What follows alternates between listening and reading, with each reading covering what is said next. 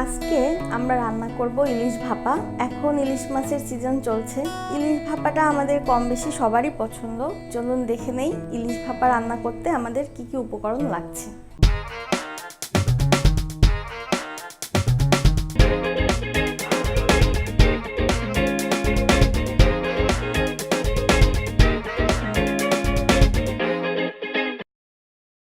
ইলিশ মাছ গাদা পেটি এক করে কেটে নিয়েছি।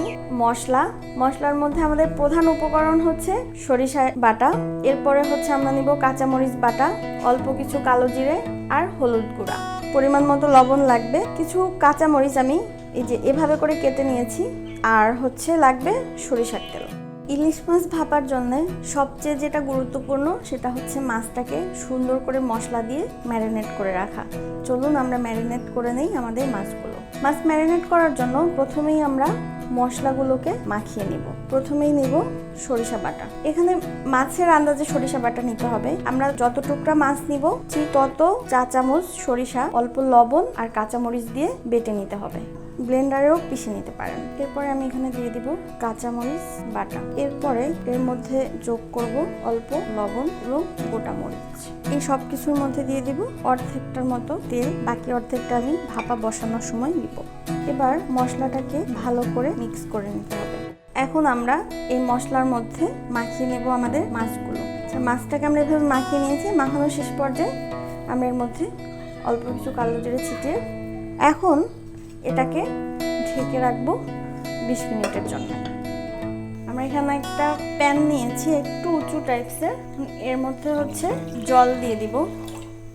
জলটাকে ভালোভাবে গরম হয়ে ফুটতে দিব। ইলিশ ভাপা করার জন্য আমরা এরকম একটা স্টিলের বাটি নিয়ে নিয়েছি। এখন এই বাটির মধ্যে মাছগুলোকে দিয়ে দিব। মাছটা আমরা প্রায় 20 মিনিট আগে ম্যারিনেট করে রেখেছিলাম।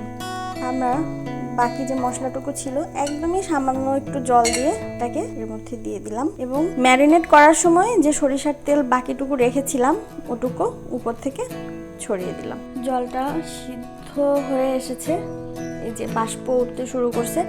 এখন হচ্ছে আমরা জলের মধ্যে স্টিলের এটা বসিয়ে দেব। এবার এটার উপরে আমরা বাটিটা বসিয়ে দেব। সাবধানে একটু বসাবেন যাতে হাতে ভাপ না লাগে। এখন এটাকে ঢেকে দিব আর এই যে ছোট ছিদ্রটা আছে এটাও বন্ধ করে দিব। জালটা মিডিয়াম আঁচে 20 মিনিটের মতো সিদ্ধ করব, কিন্তু মাঝখানে একটু দেখে নেবেন যাতে জলটা টেনে না যায়। যদি জলটা শুকিয়ে যায় তাহলে আরেকটু জল যোগ করে নেবেন।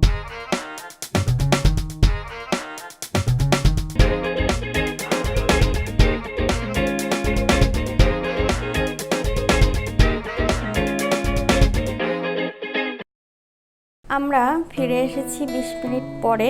বাটিটাকে তুলে নিয়ে এসেছি।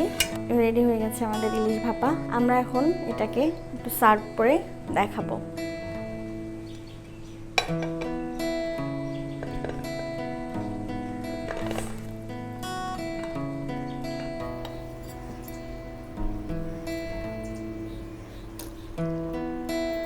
আজকে আমরা রান্না করেছি ইলিশ ভাপা। এটা সাদা ভাত কিংবা পোলাওয়ের সাথে পরিবেশন করতে পারেন।